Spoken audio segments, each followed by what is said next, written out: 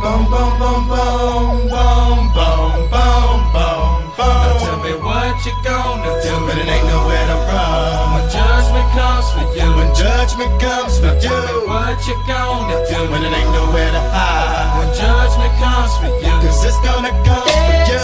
Making it for water, easy, see something Charlie. Little boo guy's got him, and I'm gonna miss everybody out of row and flow like I ain't looked at a while. Like I'm praying for dust, and they play too deep for beats. Little legs I can't too deep. Tell me your feature deceased, would it please? Marry me by my grand, when you can go follow God bless you. Back on Wrestling Network, welcome back to the CrosUp, your weekly look back at the week that was in professional wrestling. This week I'll be running through the results happening from Collision on March 22nd to SmackDown on March 28th. Collision actually had 2 episodes this past week, one on Saturday, one on Sunday, but for this I just combined the two into one kind of. In my notes, I combined it into one section instead of separating them because, I'll do the best of both shows, not necessarily the best of each individual episode. So they had I forget what the name of it was, like Slam Dunk Saturday and Sunday or something like that, in kind of relation to the NCAA tournament. So, but we start with Collision on Saturday. We get Adam Cole and Daniel Garcia fighting over the TNT Championship, and they go to a time limit draw. We move from there, and Max Caster is out with another open challenge. He mocks his old teammate Anthony Bowens and gets on to the Omaha crowd for not being able to do the chant that he's trying to get them to do. And then we have an answer to the open challenge, and it ends up being Hook, and he chokes him out with the red rum in about 45 seconds. Then they get Serena Deeb. She interrupts Queen Amanada getting interviewed and offers her a list of 1,000 holds. Amanada says she's good on her own, but Deeb doesn't seem too convinced that that's true. And then Julia Hart actually defeats Queen Amanada via pinfall using a roll-up off of I think she injured her wrist or something like that, or she got caught doing something, and a roll-up was the result that got the win for Julia Hart there.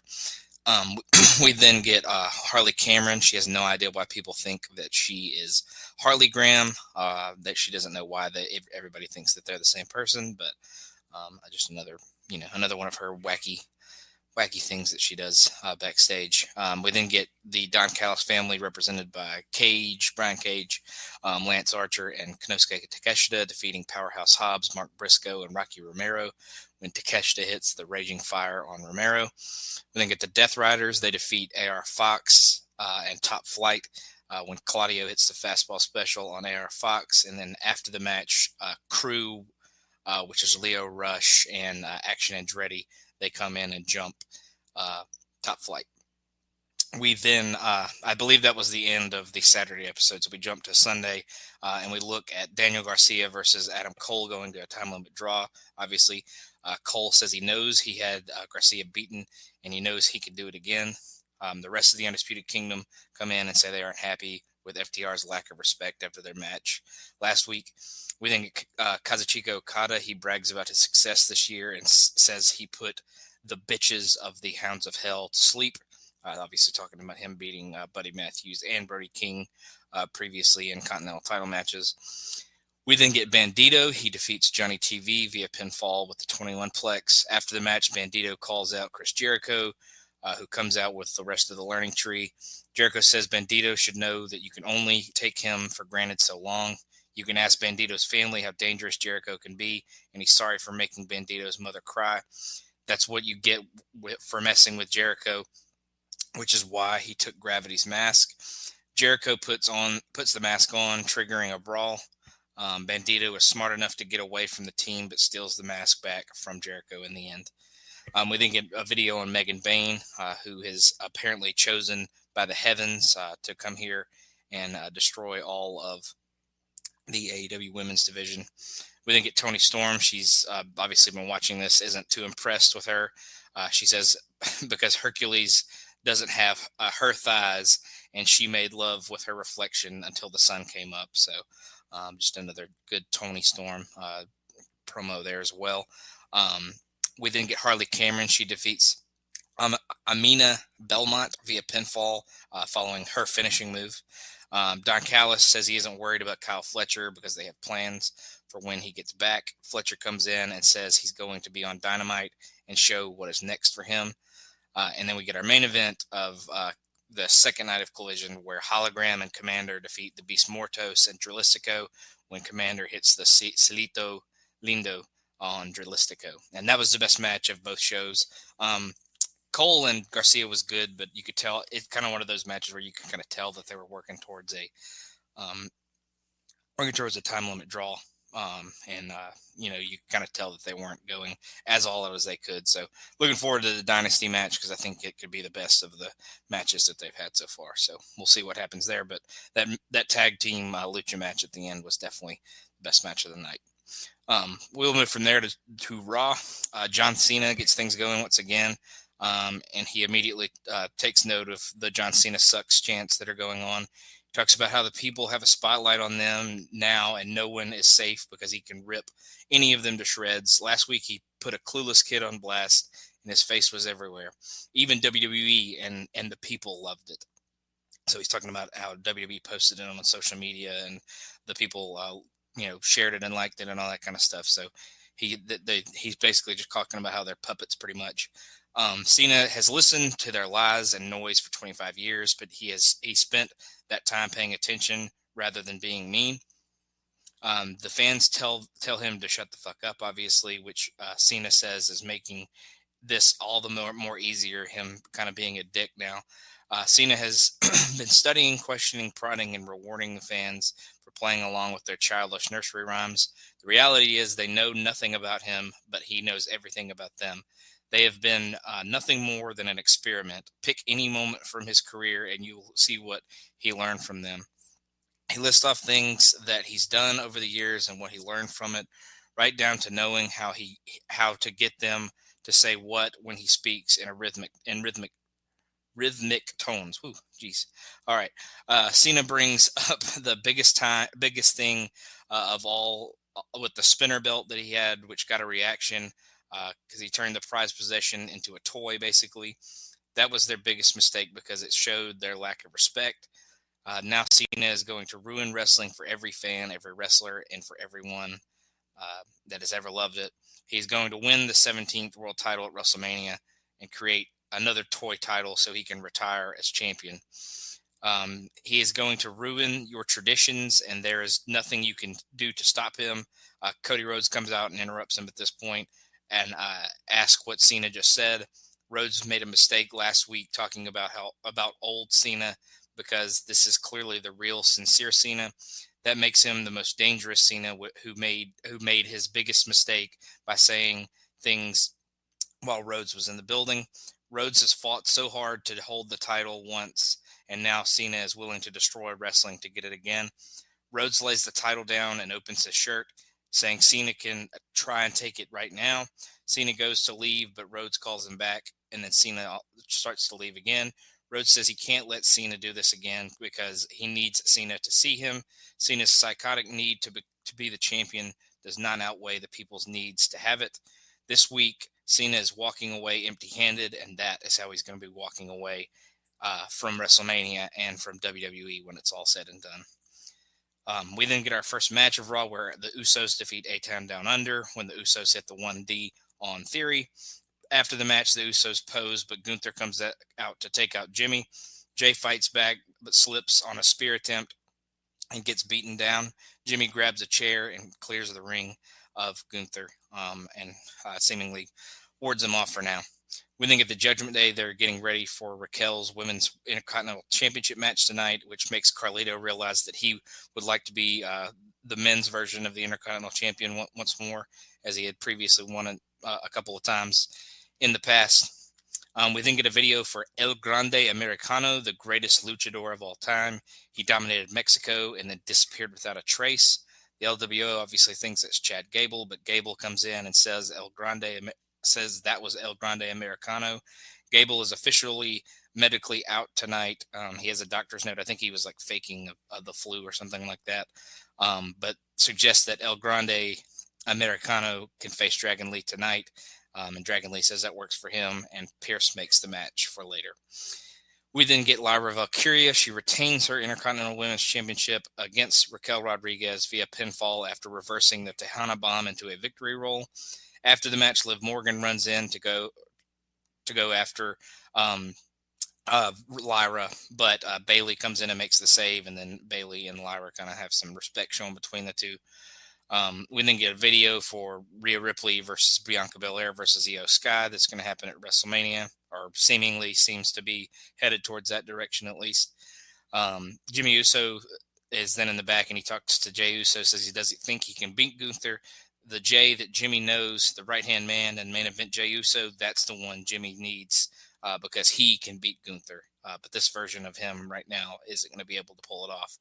And then Jimmy goes off to challenge Gunther for next week, and Gunther accepts. Adam Pearce then addresses the women's title situation, obviously the contract signing and all that. Io Sky comes out and says she doesn't care about contracts, but Pearce needs to hear her out. Bianca Belair comes out and interrupts, saying Rhea Ripley isn't getting into the title match at WrestleMania. Ripley comes in and says she doesn't care about WrestleMania or who she has to go through to get her title back.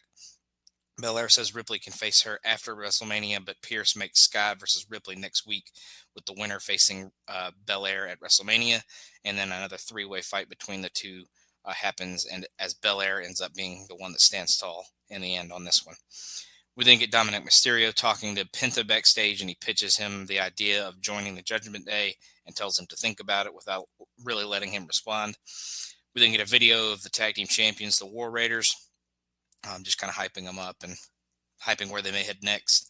We then get the New Day in Adam Pearce's office. They ask for a tag team title shot against the War Raiders at WrestleMania. Adam Pearce tells them to get out and earn a title shot, but Bianca Belair comes in as they leave and says she wants to know who her WrestleMania opponent is. Pearce makes her a special guest referee for the match next week between Ripley and Sky. And she says she said something about not knowing how to referee, and he says she has a week to figure it out. We then get El Grande Americano defeating Dragon Lee via submission with the ankle lock.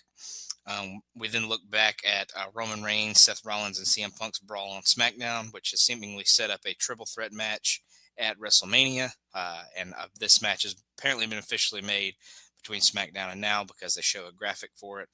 And it seems like they're going to have a contract signing on SmackDown this week.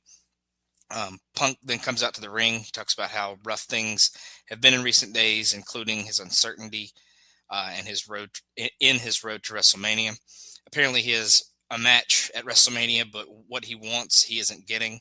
Or is he? What he wanted to do was win the Royal Rumble or the Elimination Chamber, but the things stay the same. He works with children, obviously implying that Seth Rollins continues to be a thorn in his side.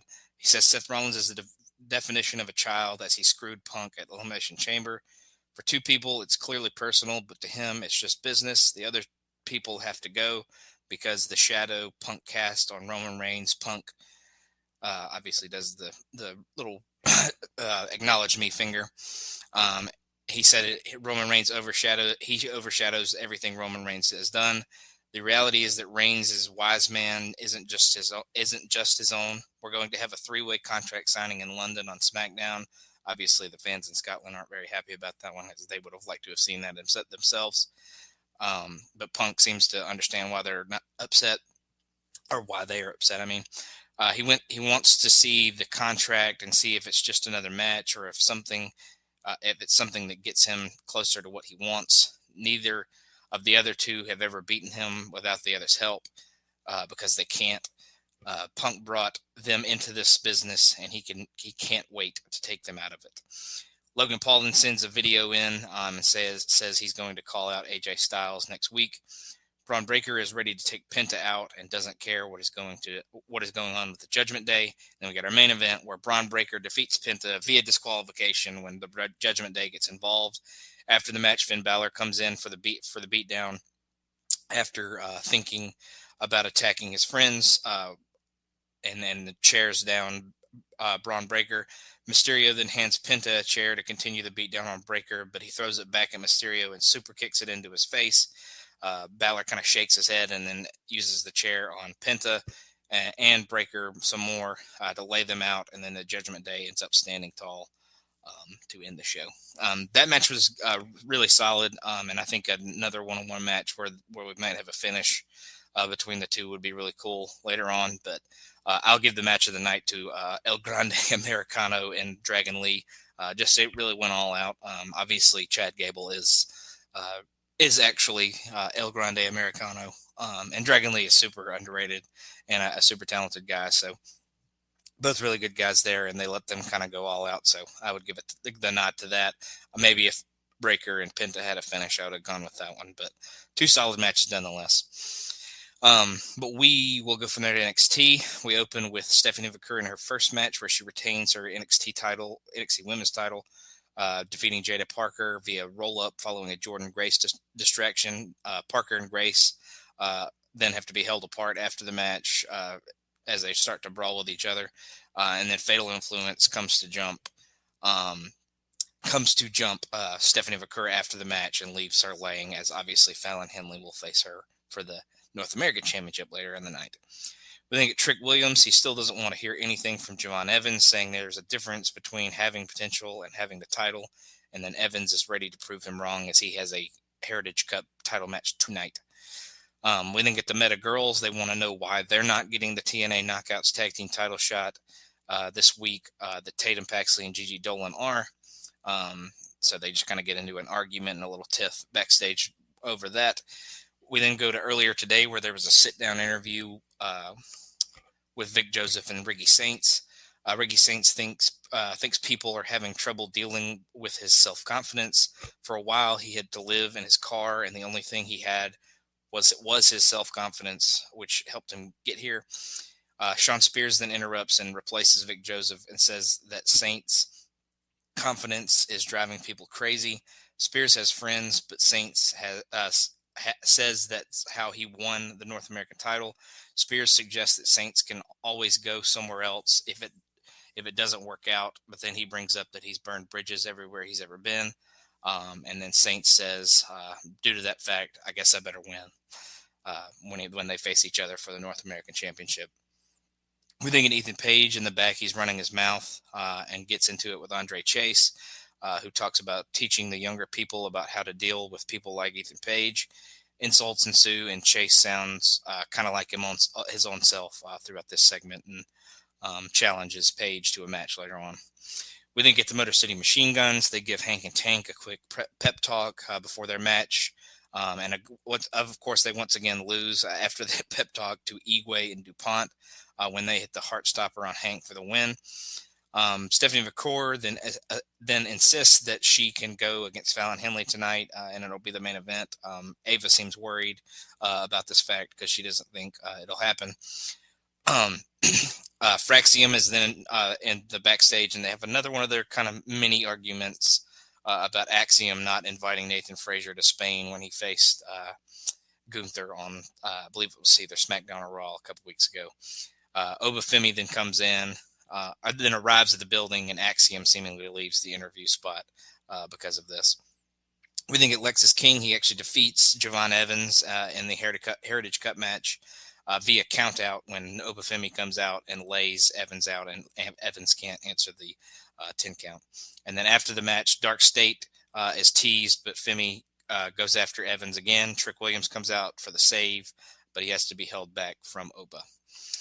We then get Gigi Dolan and Tatum Paxley. They defeat the Meta Girls when they hit the Cemetery Drive on Jackson.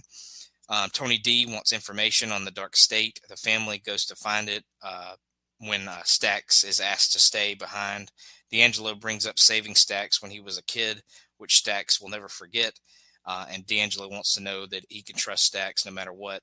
And then Stax says, "You can always trust me, Tony D, always." We then get the Motor City Machine Guns again. They talk to Hank and Tank again, tell them to stay with it, trust your partner, and don't compare yourselves to a team with all the experience that the Machine Guns have, because they have been a team for a long time, and it takes it'll take some lumps in the road along the way to become one of the greats like they have become. We then get Ethan Page. He defeats Andre Chase via pinfall following the Twisted Grin. Post-match, Saints looks at Page from the outside, but Spears and the Culling jump him from behind. We then get the Dark State. They cut a promo. They say when they strike, no one is safe. Trick Williams again calls Javon Evans a distraction, just like Eddie Thorpe.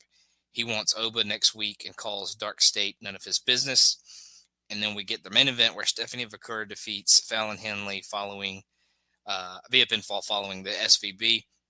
Post-match, Fatal Influence beats Vaquer down, but Jordan Grace makes the save. Grace teases challenging Vaquer, but here is Jada Parker to jump Grace for earlier, only to be cleared out once again by security. A bunch of women are in the back pleading their case for a future shot with Vaquer, but Ava doesn't get to make any kind of announcement, and then Vaquer and Grace once more have a stare down to kind of end the show. So seems like that's where they're headed. Kind of based on what the last few weeks have been. But we may get an addition to the match. We'll see. We'll see if Vaquer has to wrestle twice on Stand and Deliver. But it seems like at least the NXT Women's title will be Grace versus Vaquer at the big show. I'd say Andre Chase versus Ethan Page was the best match. Both of Stephanie's matches were good, but they were more storyline than they were the matches per se. I think if it hadn't been more about having the two title matches, and it was more about Grace and Parker than it was about Parker and Vaquer, and just more Fatal Influence stuff with the main event and all the stuff that went around that. So I think they just let Chase and Page go out there and just have a match, and it ended up being pretty solid. So I would give the nod to that match for the night. We'll move from there to Dynamite. We open with Kenny Omega defeating Blake Christian via pinfall following the One Winged Angel. After the match, Omega says he's glad that he got to make it quick this week. That won't be the case with Dynasty, as he has to deal with Ricochet and Speedball Mike Bailey. Bailey comes in to interrupt and say Omega is an inspiration to him and Bailey admires him. That doesn't mean he's going to hold anything back at Dynasty, though, because he's coming for that title. Ricochet then pops up on the screen as he was at his wedding and says he's not there in person to slap both of them in the face. He's dressed up for the best day of his life until Dynasty. When he leaves with the girl and the gold, Omega says Dynasty isn't about making friends and promises that he's going to keep his championship. We then get Jericho. He complains about the learning tree screwing up and tells them to go prove themselves. With the two of them gone, Jericho says he wants Bandito's mask and that it will be title versus mask at Dynasty. So ROH title versus Bandito's mask. We then get MJF. He says Michael Jackson is a bigger star than Prince before talking about the business card that MVP gave him. He asked MVP to join him for an answer and gets his wish, so MVP comes to the ring.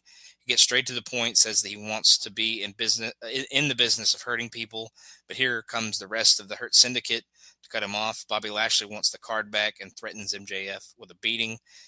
MJF calls him off, though, and then MVP calls him off, and then MJF walks away. So too many nicknames, too many initials here.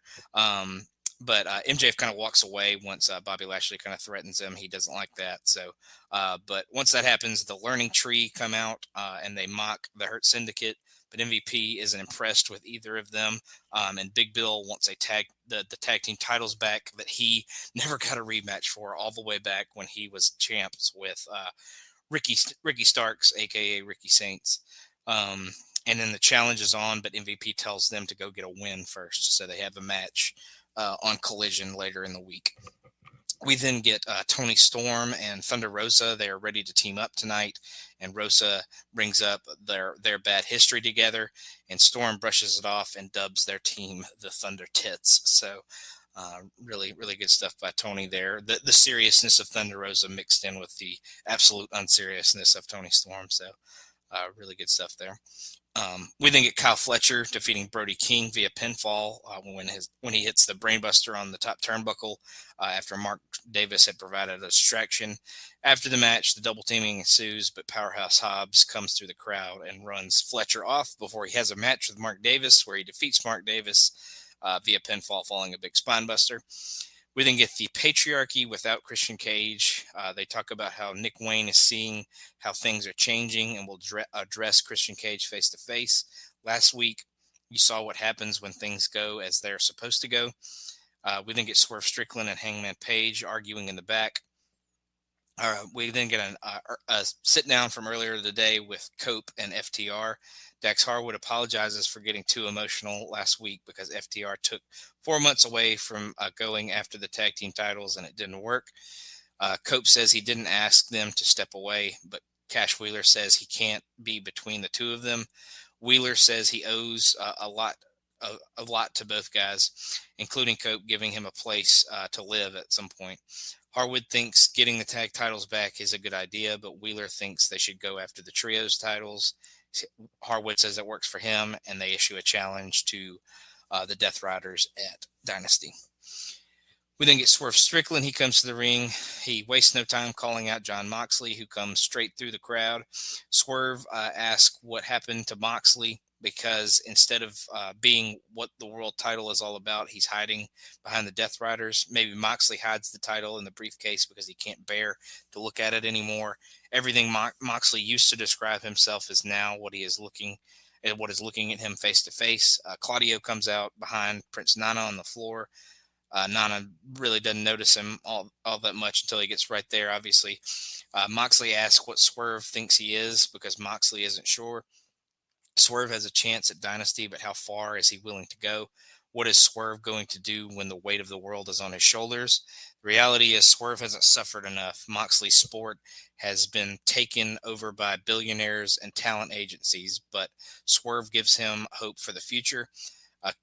Marina Shafir comes in with a crowbar, but Willow Nightingale is right there with a pipe to cut her off. They seem to not get physical very quickly at first. Swerve then says Moxley has bled, but Swerve has bled buckets. Moxley has been in Texas death matches while Swerve has won them. He's going to win the title at Dynasty, and Moxley can keep playing himself on TV. The Death Riders then leave, but Shafir jumps Nightingale, but then has to be held back from doing anything else. We then get Samoa Joe. He's in the back with Hook. He asks why he choked out Max Caster.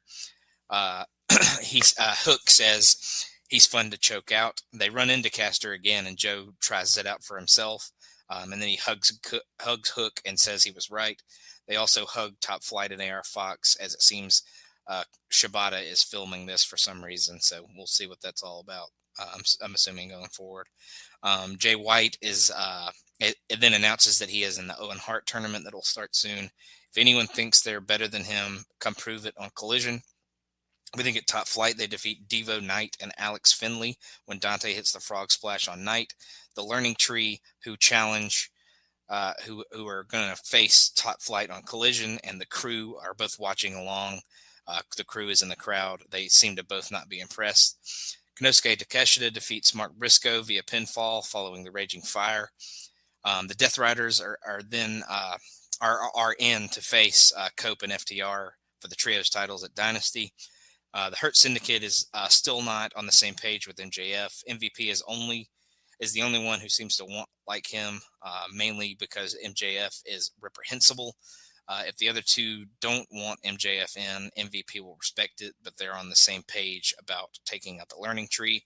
And then in the main event, Penelope Ford and Megan Bayne defeat Toni Storm and Thunder Rosa when Bayne hits Fate's Descent on Storm. So she actually gets the pinfall on Toni Storm, which is really, really cool. So, gives even more credence to their match that's going to happen at Dynamite. As far as best match on Dynamite, I would go with the Fletcher versus King match. I'm obviously, based on this podcast, if you've been listening for very long, I'm a big Kyle Fletcher guy, and they really went all out on that one. And I just really like his style, really like how physical he is. And then Brody King obviously is very physical himself, so they matched each other pretty well in that one, and beat the crap out of each other. So big fan of that match. So that is match of the night. We'll move from there to Impact. We open with the Team by Elegance defeating Tatum Paxley and Gigi Dolan when Ash hit rarefied air on Paxley after the personal concierge pushed Paxley off the top rope. After the match, the Team by Elegance's cake is brought out from the previous week, but a double noggin knocker lets Dolan and Paxley shove Ash's face right into it. So their celebration once again is ruined. We then get Leon Slater in the back. He promises a fight with Nick Nemeth tonight. Ash by Elegance panics over the cake backstage as well during this. We then get Chavo Guerrero, the Laredo Kid, and Octagon Jr. Octagon Jr. and Laredo Kid are known as the Aztec Warriors. First Class of Casey Navarro and AJ Francis, as well as Frankie Kazarian, when Guerrero hits the frog splash on Casey Navarro for the win. Rosemary is in the back. She cuts a promo. She talks about how evil she is, and she wants Xia Brookside to embrace the evil within her as well. Santino then has a sit-down with Mance Warner, who has Steph Delander with him, and Sami Callihan.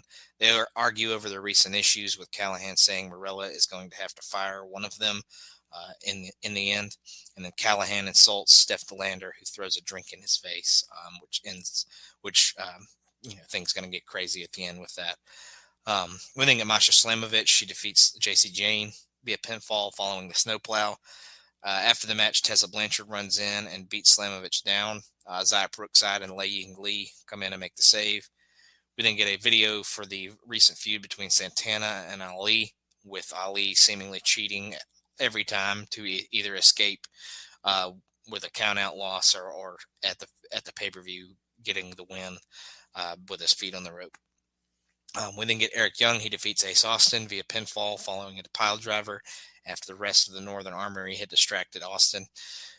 Joe Hendry is then out for a chat. He is glad to be back in Texas, and now he's willing to defend the title against anyone from any company.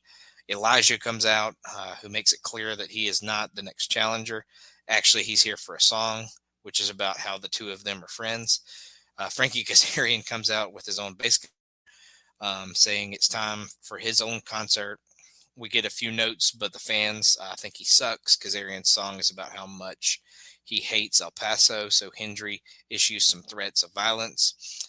That's enough for Kazarian to leave and they as he leaves, they do the na na na na na na na na hey hey goodbye song. And then we get our main event where Nick Nemeth defeats Leon Slater via pinfall following the Danger Zone after Ryan had distracted Slater. And then after the match, the Nemeths go after Slater some more, but the Hardys return to make the save. Matt issues a challenge for Rebellion, which is their next big show. I think the Nemeths are pretty easily going to accept that. But Nemeth gets a big win over Slater to end the show, and that's the best match without a doubt. It was really, really good. Slater's one of the good young stars on the rise. I would say he's going to be at least a future star for TNA. You know, he may emerge and be on NXT and WWE one day as well, but he's got some size to him. He can do some really crazy stuff in the high flying district. So really, really interested in his future, but a good match with Nemeth there to wrap up Impact. And then we'll go to SmackDown for the last show of the week.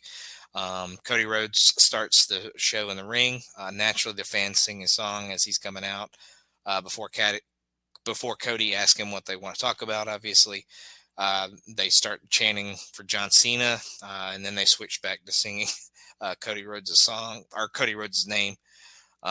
He's ready for WrestleMania, but on Monday, he and Cena will be face-to-face in the same arena once again. Randy Orton then comes out and interrupts, and the fans get to sing again. They sing his music.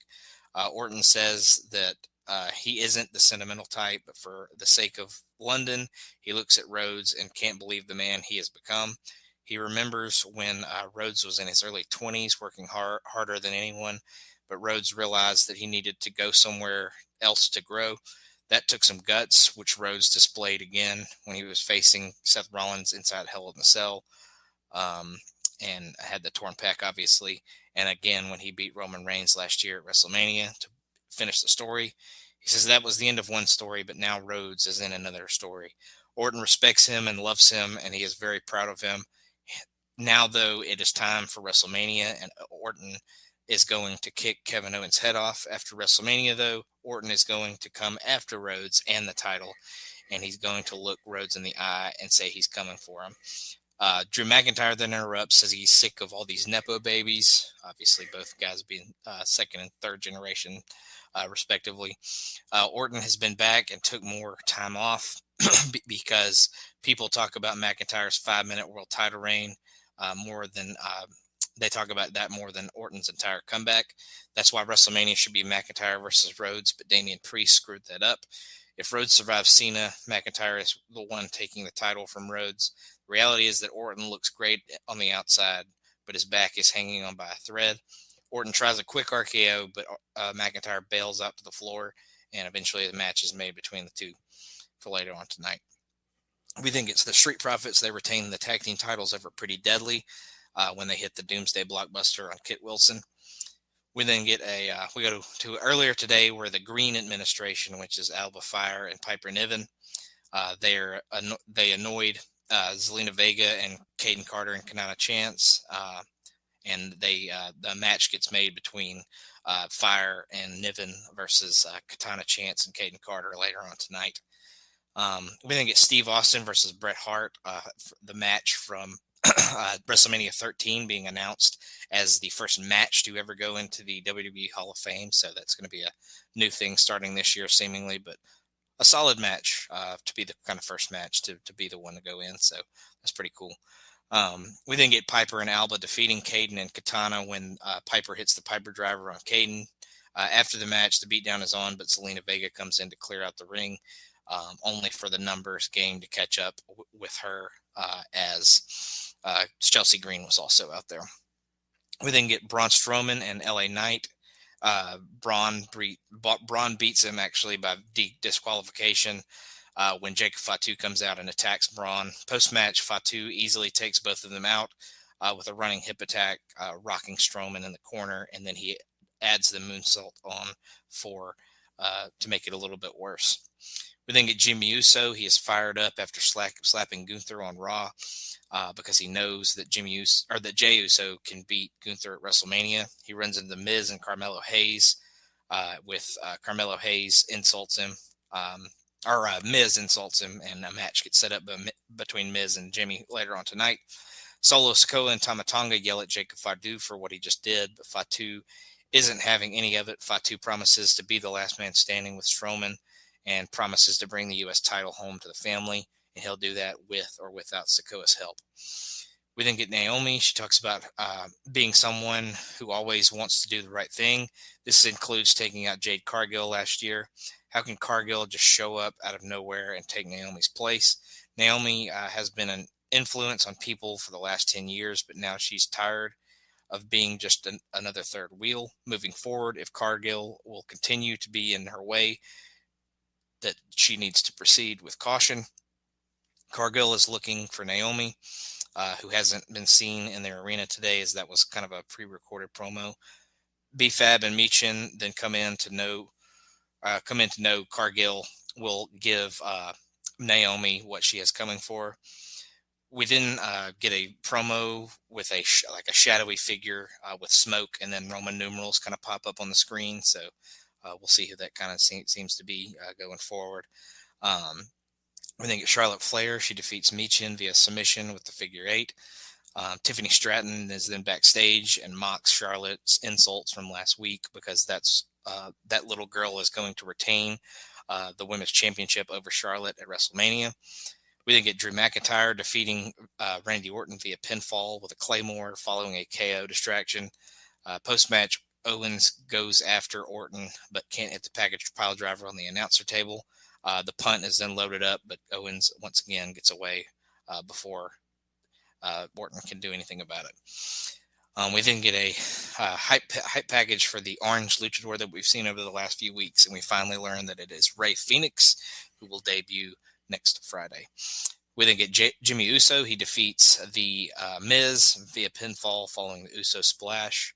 Post-match, Uso promises to take Gunther out on Raw.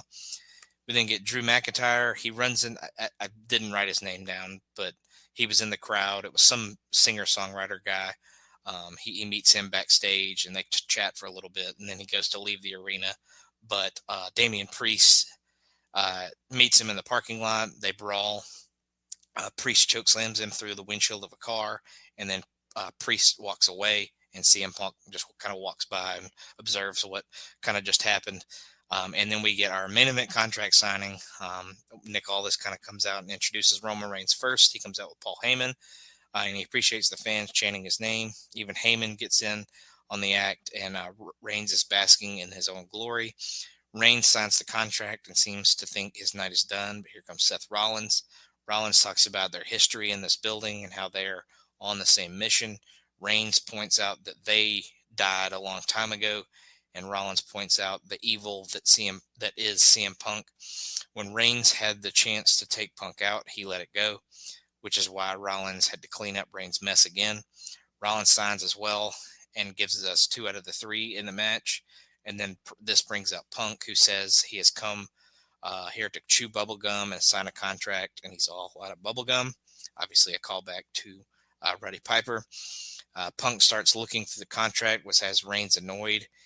Reigns says, go to page 4, clause 5. Come on, Junior, this is TV. Or today, he says, today, Junior, this is TV. We've got TV time remaining, so let's sign this today. Heyman goes over to Punk and says he knows what Punk is looking for, and it's in there. The match will be closing the show, making Punk a WrestleMania main eventer. Punk starts to cry, but Rollins snaps, shouting about how Punk doesn't deserve to be the main event. Rollins then blames Heyman and Reigns for letting this happen, but Punk thanks the fans all around the world, in Chicago, even from Louisville, Kentucky, where he kind of started with WWE in the developmental system, and just everybody that made this happen. Reigns wants the thanks for making this happen, so the fans chant his name again. Punk thanks him as well, signs, and says he'll see him in the main event of WrestleMania, but then to close the show, points out that that's still not the favor that he is owed. So still lingering out there what the main event, or what the what the favor might be. So somebody actually brought it up to me last night. I don't think that this will happen, just because I don't think they're going to mess with the main event any more than they already have. But somebody mentioned last night, I just wanted to throw this out there because I thought it was an interesting thing, but maybe that the favor is to get a spot in the main event of night 2 and be in the title match, that maybe that's what Punk's favor is. I don't know how Heyman can probably pull that off, but I just thought that was an interesting theory, like that the night 1 main event will be to get into the night 2 main event. So we'll see what they kind of do with that. It seems like the match, I think there's a lot of hate between the 3 guys, so it kind of makes sense alone, but there's got to be some kind of stakes to it to give it a little extra flair. But we'll see as we kind of go forward what that may be. But I just somebody threw that out there last night, and that I was talking to, that I thought that might be an interesting theory to throw out there. But as far as matches on this one, I'd say the tag team title match between Pretty Deadly and the Street Profits was the best match of the night. Again, not very match heavy, and a pretty weak match week in general. As far as WWE, a lot of the build is going towards Stand and Deliver and WrestleMania. It just wasn't one of AEW's stronger weeks, I would say, in ring. But not that it was bad, but it just wasn't one of their top weeks or anything like that. So a lot of building towards pay-per-views, because Dynasty is actually next week as well. So a lot of big shows kind of coming up soon. So but as far as WWE, a lot of stuff's going towards WrestleMania. So we're getting a lot of promos, a lot of hype packages, a lot of stuff like that. So not the strongest match week, but top 5 matches, Fletcher and King would be number 1 for me. from Dynamite. Americano and Lee would be number 2. Penta and Braun would be number 3. Number 4 would be that Commander and Hologram versus Mortos and Dralistico match.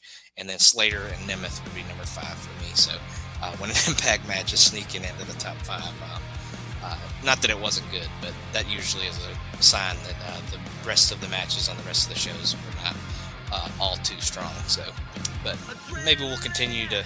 I would say the build to WrestleMania has been fine so far. I won't say it's been like an all-time build or anything like that, but it has been perfectly fine for me so far. But we'll see where they continue to go with some of those matches. But thank you for joining me as always, and we'll see you next week.